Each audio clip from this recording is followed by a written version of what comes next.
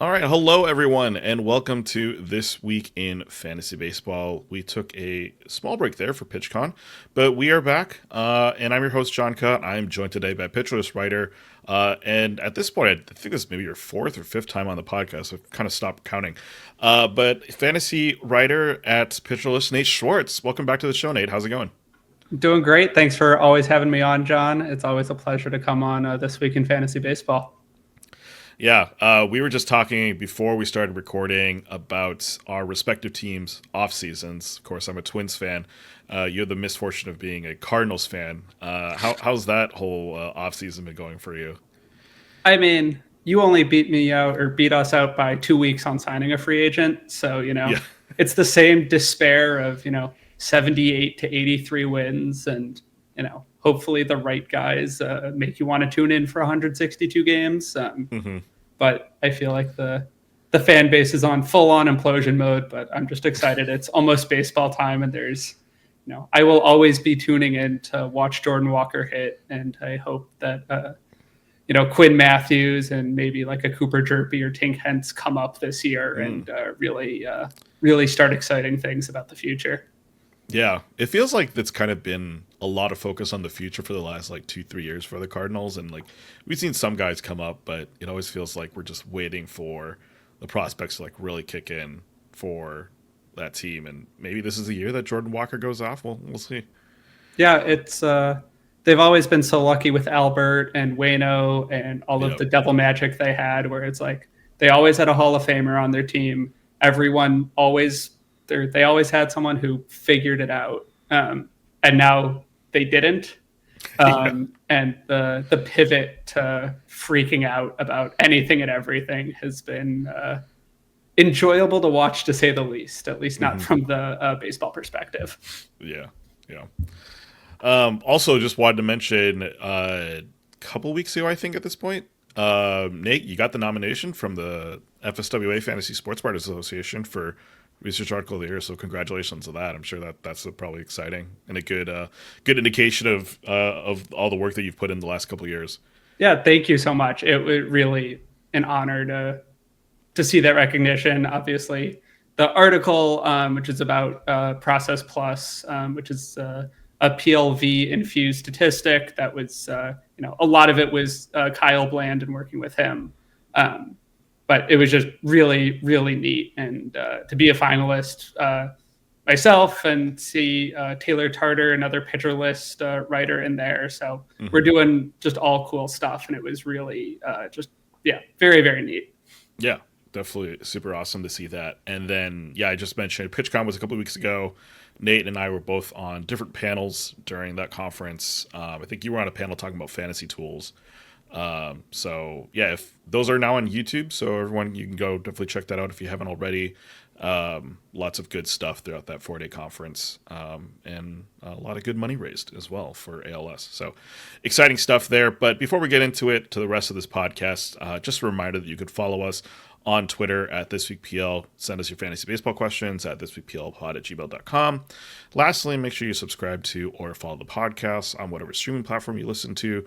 We're on all of them, again, Spotify, Apple Podcasts, wherever else you listen. Make sure you follow us and give us a 5-star review if you enjoy listening to the show.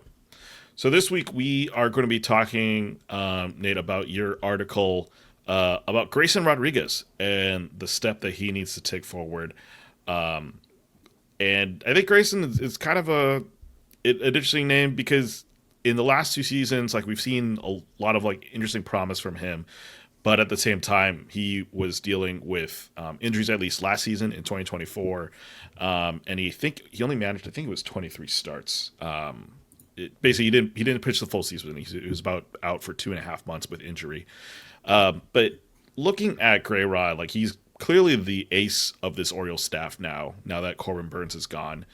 And what makes him that ace? Before we get into like the really nitty-gritty numbers, you start in the article about his mechanics. What is there to like about how he pitches the ball? Yeah, it comes down to at first just top level extension. He's got 7.3 feet of extension, which is in the 98th percentile, putting him around, Tyler Glasnow and Logan Gilbert. having great extension like that does two things. One, it gives the hitter less time to react. 96 miles an hour looks quicker if it's released a foot closer to the hitter than not.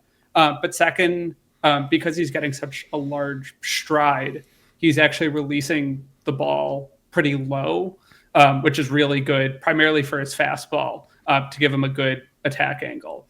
A lot of players, even with high extension, will have a higher arm angle. And so even if they have a good fastball, it will play down due to where that release point is.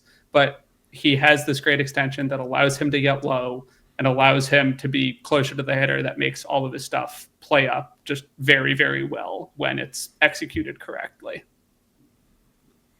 Yeah, and maybe just following up on that, because I'm just looking at his stuff, I guess parameters and stats on our pitch list page for GrayRod. His IVB comes in at 14.7 inches, which I think, standard, you'd like to see that at 17 and above for like really elite fastballs. But for him, is that kind of mitigated by the fact that he has that extension and that release point, like that, like you mentioned, it plays up, and so he doesn't necessarily have to have as much vertical break on his fastball?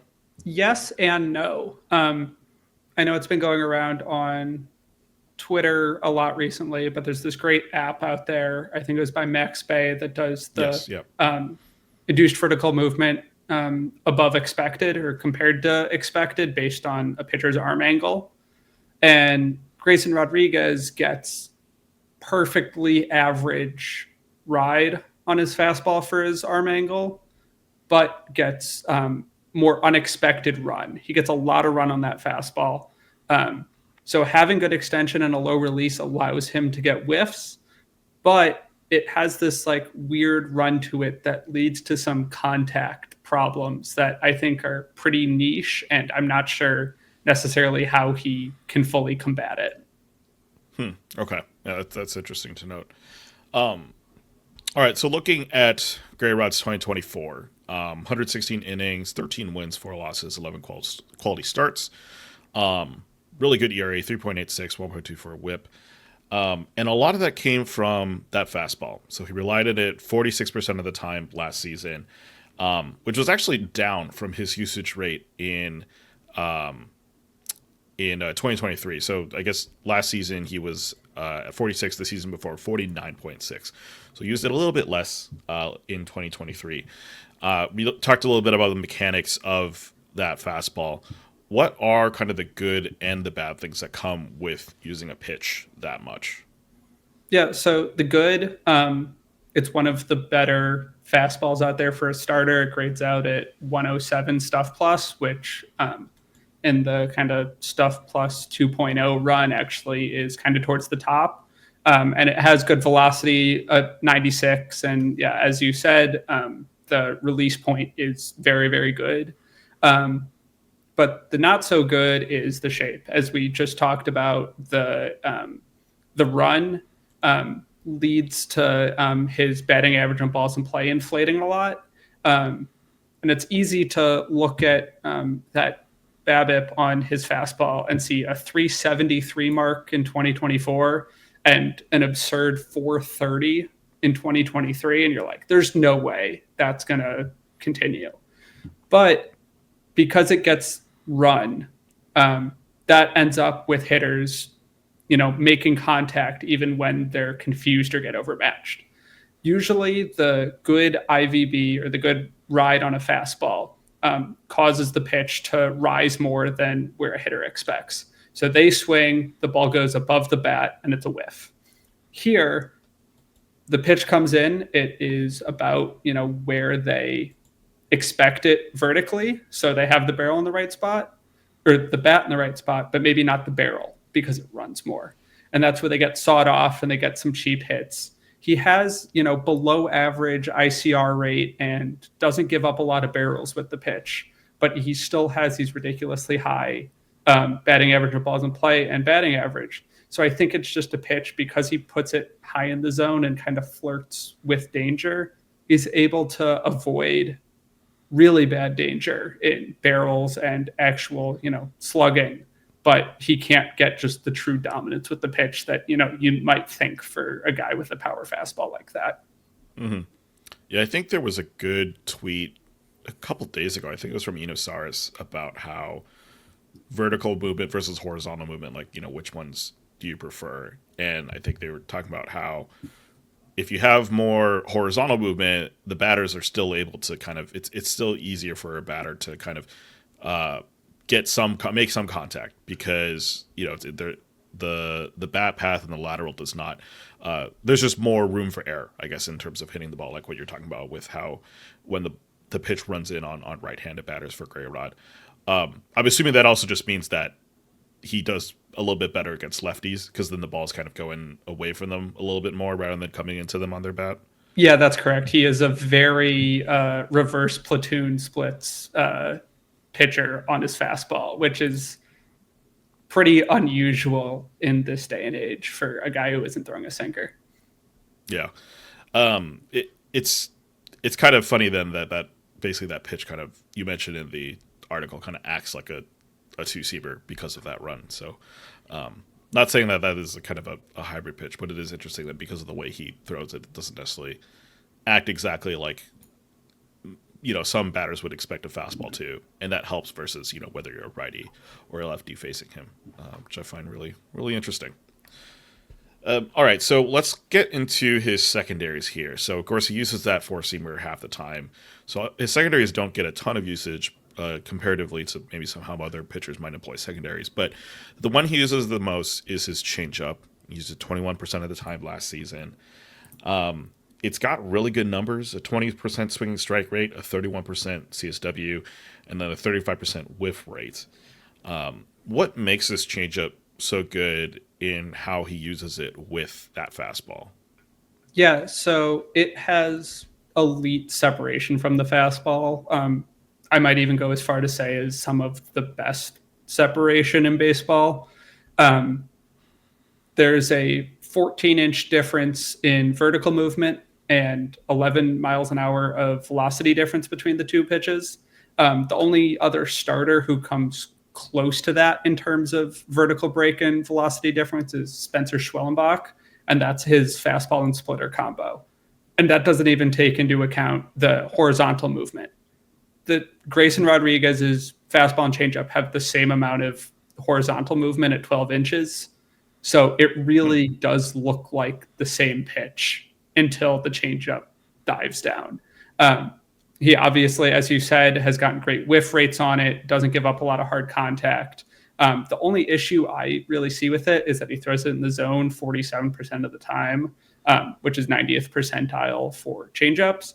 And that can just, lead him to more contact issues. Eventually someone will sit on it and pop him for a homer. If he could find a way to get it just below the zone, he could unlock another level. The difference in shape off the fastball is just truly spectacular. And I feel like that's, a gem waiting to happen, and part of why he was graded so high as a prospect coming up. Yeah, that makes a lot of sense. Especially kind of that, you're talking about the metrics of how that pitch looks pretty much for probably 75% or 80% of its trip to the plate. It looks like that fastball, and then it's coming in a little bit slower, and then it breaks a lot more. That's super interesting. Obviously that's mainly the tool he uses against lefties. Has like last year was a 27% usage against lefties, 15% usage against righties. So he does have other breaking balls. He's got a curveball and a slider that maybe just aren't as good of an offering compared to this changeup. Why are these not as effective as that changeup? What's kind of holding those two pitches back? I don't think he's really found the usage and the shapes that he wants out of those breaking pitches. The changeup, he has a feel for the changeup. He knows when to use it. He knows how to use it. It's a great tool, and great for getting left-handed hitters out. You also need to get right-handed hitters out, and the changeup is not as good for that. And he also knows that he doesn't use the changeup as much against righties as he does lefties. So he's toyed around with two sliders so far in his time in the big leagues. There was a sweeper in 2023 that was a little bit slower, had a wide sweeping horizontal movement, and then his slider last year, which was I think at 80, 85-ish. It took a big step forward in velocity. It had a smaller movement profile, and that was a great call from him and a way to for us to see that he is developing this. It gave him more command because it wasn't as much movement he was trying to command in the zone. So he was able to bump his whiff rate by 5% and up to a 20% whiff rate, which is a very good number, and also had a 34% CSW. The problem was that I think he got maybe too confident in it and used it in the zone too much. It had an X slug of over 500, which is really, really poor. So he was getting people to miss it, but when they didn't miss it, there was a lot of damage. But seeing that he has a lot of whiffs, that he can miss bats, and he is tweaking it, it gives me confidence that that is a pitch that he will figure out. I also think he should throw a cutter again off of that slider, which I know is, I think, something we'll get to a little bit later. As for the curveball, it's mostly a called strike pitch, which is fine, but between 23 and 24, he doubled its usage from 8% to 15%. And then he got hit pretty hard trying to chase called strikes later in games. He would throw the curveball thinking a guy wasn't expecting it. And, in the 6th inning, it would get popped. I think he had 3 or 4 homers on it that just blew up a game. And, 3 or 4 appearances like that over the course of a season can be the difference in your ERA and what your season really sounds like. So I think he can maybe lay off of that because he doesn't necessarily need it that much, and really kind of hone in on perfecting what he wants to use as a slider, and as we'll get to, potentially adding that cutter again. Yeah, going to that slider first. I think it's super interesting when you look at his profiles on Pitcherlist and probably on Savant as well, because it describes exactly what you're talking about, where that pitch in 2023 was at 82 miles an hour. Last season, it's at 86 and a half. There's a lot more horizontal break in 2023 versus 2024, 11 inches versus 5 inches. And then there's more vertical break as well in 2023 compared to 2024, which really kind of speaks to, calling it that kind of that bullet slider that you were talking about. And I think the interesting thing that stands out to me, and you mentioned this already, even though he gets whiffs with that, the hard hit rate on that pitch was, I think, 50%, which seems kind of crazy. Basically, it was just launched half the time someone got a bat on it. And I think that's, I don't know if there's anything there on how can that be improved other than, just make it harder to hit, right? Or kind of like we just said, don't let it kind of leave into the zone as much. I don't know if there's anything you've got, theory crafting wise that, would help in making it not as hit as hard. So the first thing is just generally is commanding it better. If you look at the kind of spray of his slider, especially on the Pitcherlist player page, you see a lot of pitches that just leaked into the middle of the zone.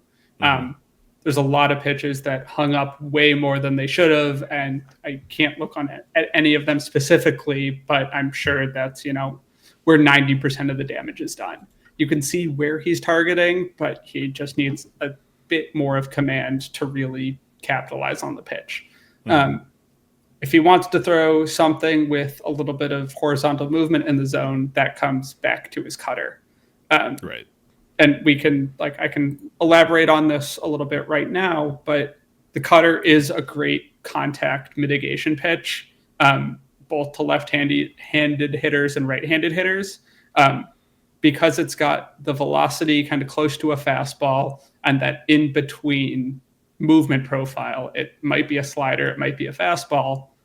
It makes hitters kind of uneasy about what they're getting. So they might think slider, swing for a slider. Oh no, it's a cutter, weak contact. Or, gearing up for the fastball, they get sawed off by a cutter. It's another thing that could help the slider and the fastball prevent this extra additional contact that is plaguing his ERA and his high whip. Okay. Yeah, I know that, like a common thing, you know, pitch crafters like to talk about is like kind of the the cutter is kind of like a, I don't know if the term is like a stepping stool between like the slider. I think it's a bridge pitch. Bridge pitch, exactly. Yeah. And so that's kind of what you're talking about where like, hey, like the slider, like, yes, he needs to command it better, but maybe it's also just like a little too clear when the slider is coming out of his hand compared to the fastball. So having something in the middle between those two pitches kind of just makes both better. Is that kind of the thought process there? Exactly. Yeah.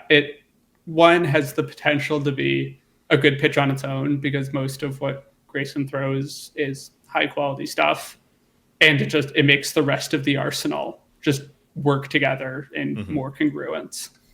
Yeah. All right, going to the curveball, it's kind of interesting how much he actually does get first strikes on it, and some of the numbers that we've got on Pitch List in terms of counts and stuff like that.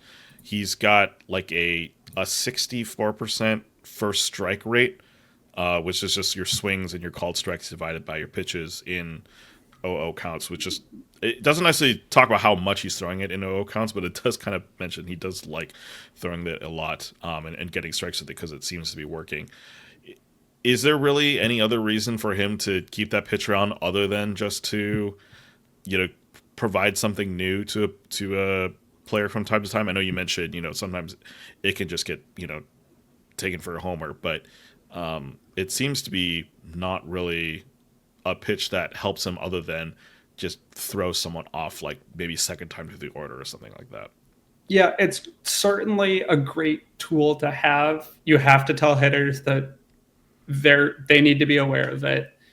You can freeze someone on strike one with it. You can freeze someone on strike three with it. If you want to throw one in the dirt, just, on 0-2 just in case, great. The pitch shape itself grades out pretty well. It's nothing spectacular, but it is by all accounts a good pitch, and I think there's no reason to get rid of a good pitch for no reason. But I didn't fully understand why he doubled its usage from 2023 to 2024. I think part of it was maybe he just wanted more strikes, and he knows he can get them with the curveball, and he got hurt sometimes, but so be it. But I think if he is to take that step forward, he can get strikes in better ways. He doesn't need to be peppering curveballs in, hoping for the best. Right. All right. So we've been talking about Grayson's cutter. And in your article, your recommendation is throw for your fastballs, which makes a lot of sense. He is using it a lot. But this cutter is not just a pitch that he just hasn't had before. He has thrown this cutter before. It was at a 6% usage in 2023, a 3% usage in 2024.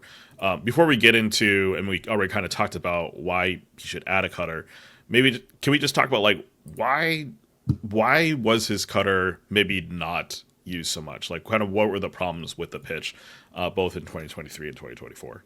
Yeah, so the 2023 cutter was a real cutter. He threw it at 89, which compared to his slider or sweeper at 82 and compared to the fastball at 97, that's a lot of velocity in between the cutter either direction. That's more than enough time for a major league hitter to react to the cutter. So even though, he's throwing a cutter and that is the right thing to do, it wasn't actually working off of anything, and it wasn't benefiting the slider or the fastball. I know it was one of the biggest gaps between fastball and cutter velocity in 2023, and I think that's kind of showing why he needs to come back with kind of a revised version in 2025. The 2024 cutter, meanwhile, I don't think is really, a cutter in itself. I believe our data on it says it was thrown at 87.2, and we have the slider at 86.5, which I just don't think is a really discernible difference. So I think it might just be like kind of the misread, and he used to have the pitch. So I think it's, it would be a fresh start to bring it back in 2025, having not seen it for an entire season on its own. Yeah, I think it's interesting that the gap you were talking about in velocity between his fastball and his sweeper in 2023 is like pretty significant. But once that slider becomes a bullet slider, it's got a little bit more velocity. Now that gap has decreased, and now it makes more sense for this bridge pitch coming in. And you mentioned in the article somewhere in like low 90s, 92, 94. That provides a lot of help there in bridging that gap because it's not as big anymore as it used to be. Yeah, if he brought back this cutter at say 92 to 94, not only would that give him a legitimate working ground for to benefit the slider, to benefit the fastball, it also gives him kind of something at every single velocity band throughout his arsenal. You have the fastball at the top at upper 90s, then the cutter in the mid 90s, then the slider in the mid 80s, then the changeup in the low 80s, and then kind of the curveball at 80. And that makes it really hard for a hitter to be ready for anything. They have to commit to a plan. And he has, that gives him 5 good pitches that he could attack hitters with. And that's why I see him, being this guy who could absolutely take a step forward and become kind of the ace that we thought he might back in, 2022, 2023. Mm-hmm. Yeah. And I think it's important to note you kind of mentioned in the article, cutters are platoon neutral. Basically, they work against all hitters, right? And we kind of talk about in terms of his arsenal. What do we use? The fastball is good against both righties and lefties. The changeup is really better against lefties, and then you would want to use the slider against righties. And then this cutter can be platoon neutral. So, what makes cutters work in that way? Because you think about a cutter, it's like it's got the kind of the shape of a slider, so it would make sense that it works well against righties. But how does it also work well against lefties? I think it's just kind of the deceptive nature of it, playing, or rather preying off of the velocity of the fastball. When executed well, that makes it hard for any sided hitter to struggle to square out, because you're thinking it's fastball and that's that.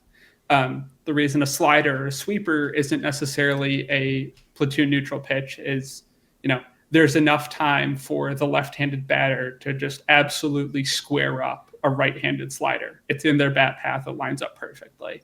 The cutter is just enough either direction to miss the barrel in a significant enough way to mitigate contact, but not big enough for a hitter to just absolutely capitalize on it.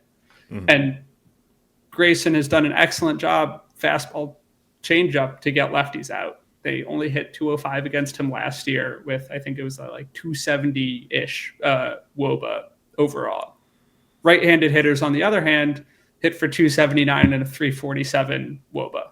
You need to be able to get right-handed hitters out consistently if you want to be a big league pitcher. There's more righties. Yeah. That's just the nature of the beast. Yep. But he's a right-handed pitcher, and he has that inherent advantage. Mm-hmm. So the cutter is a pitch, being able to attack lefties maybe a third time through the order is great, but it's honestly a bigger pull to have it for his right-handed opponents. Yeah. Okay. That makes sense. All right. I did not prep you for this, but I'm ready. Yeah. Whatever it is. We love to do what pitcher would you rather draft? We're in the middle of draft season right now, obviously. And I'm just looking at Nick's rankings, and these are from, when was this published? November. So they probably have changed a little bit since this time. But I figured it'd be fun to kind of talk about GrayRod in terms of where he's at against other pitchers on this list. And the first name I kind of wanted to compare against is another guy that Nick's been screaming at to get a cutter, Dylan Cease. And between those two, Dylan Cease and GrayRod, is there one of those two that you like better, or is it kind of a pretty even match between those two? So it's really kind of all about fit. I could see Grayson so much more easily becoming a top 10 starting pitcher this year than I could see Dylan Cease.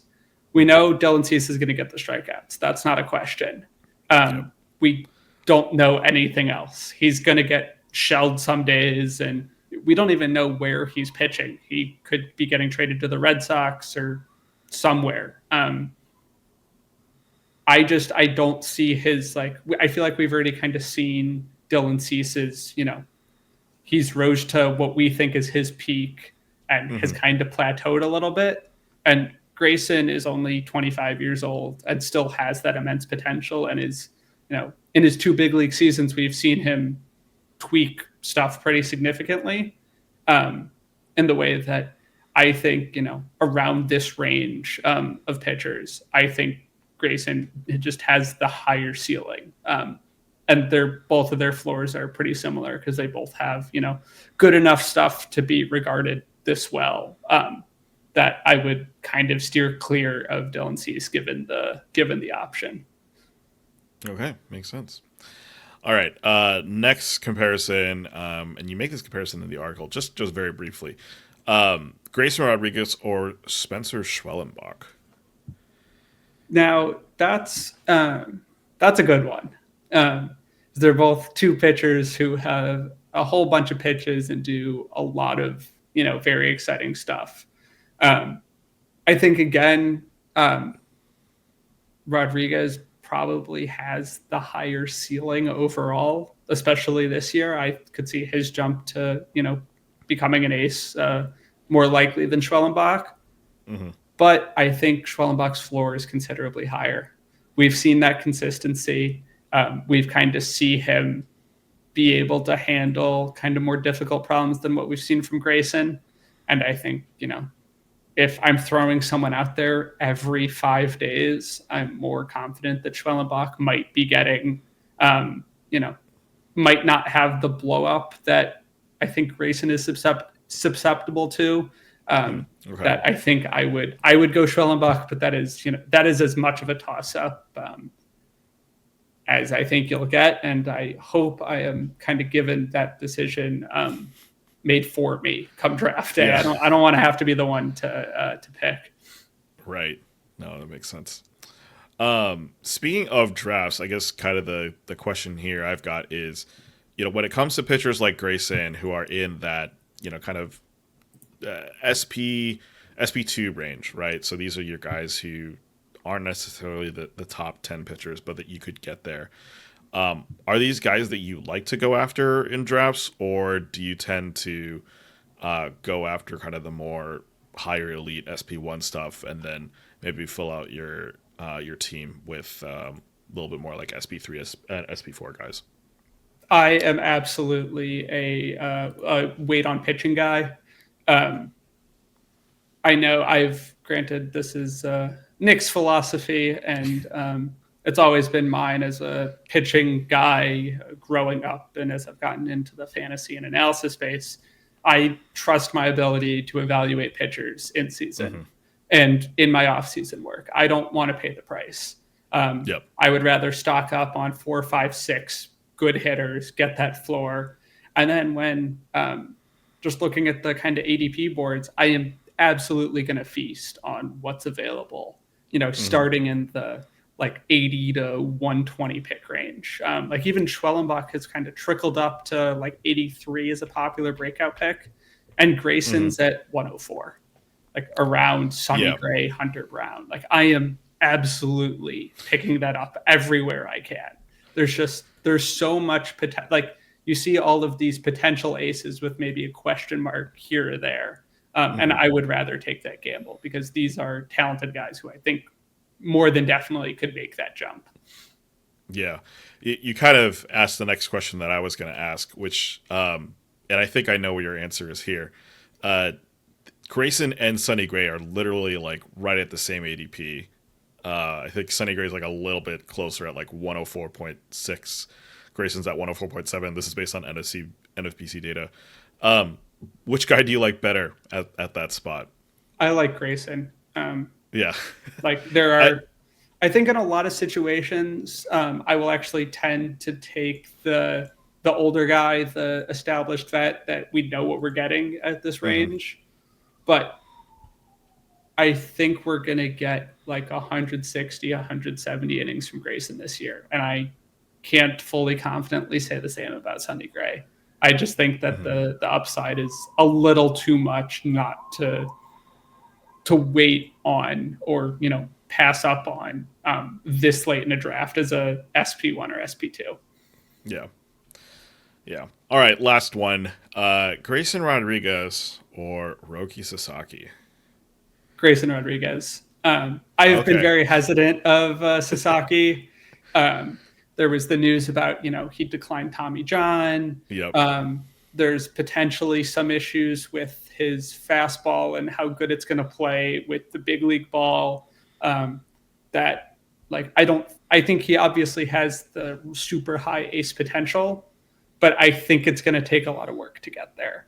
And I also think the innings count is going to be a slow build up this year and next year. I think it's going to be they're prepping him to get his first, 140, 150 innings in the first year that they feel confident with him taking them out every fifth day.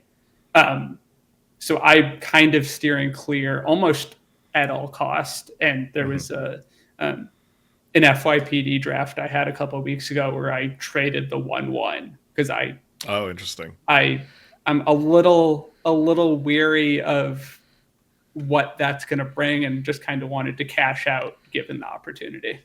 Yeah.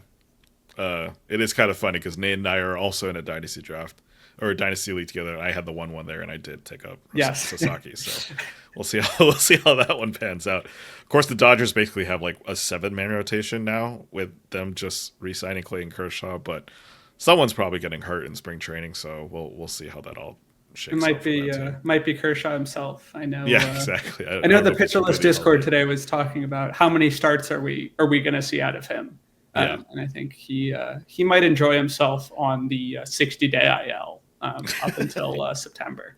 Right. Yeah. It's not. They'll just wait for him to be ready for playoff time. That'll be Exactly. how it works. So.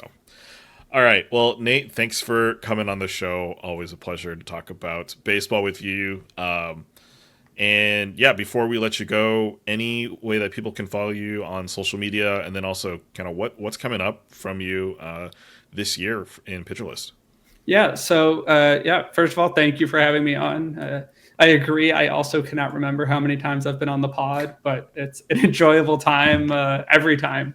You can find me on Twitter at _ Nate Schwartz or on Blue Sky at nschwartz.bsky.app. And this year is just, hammering home on the kind of the player analysis, player deep dives. I have an article coming up on this Monday talking about 3 pitch mix changes I am really in on from last year that I think are going to have a big impact for this season. And then kind of every week after that, talking about, players I think are doing something interesting and kind of hammering home the analysis week in and week out to kind of hopefully keep myself informed and readers informed of what's going on in the baseball world under the hood. Yeah, awesome. And yeah, definitely, if you haven't already, definitely recommend checking out Nate's stuff on Pitch List. I know last year you went pretty hard on the articles, and it was really enjoyable to read every single one. Lot of good information there, and definitely looking forward to all the articles coming out from you this season. For everyone else, you can obviously follow us at This Week PL on Twitter. Again, send us your comments and questions, thisweekplpod@gmail.com. You can find myself on Twitter at the John Kuh. And if you haven't done so already, again, subscribe to the Pitcher List podcast feed. We also just got nominated for an FSWA for Best Podcast. So hopefully we win that. We'll see what happens. But yeah, we're on Apple Podcasts, Spotify, wherever else you listen to the podcast. And leave us a 5-star review if you enjoy the show. And then lastly, of course, sign up for Pitcher List Plus or Pitcher List Pro. By doing so, you can join us on the Pitcher List Discord, get advice from all the fantasy experts and writers over there. Of course, it's draft season, so you get access to projections as well. Nerd out over baseball with us for the next couple of weeks. So that's it for this episode of This Week in Fantasy Baseball. For Lee and for Nate, I'm John, and we'll see you in the next one. Later, everyone.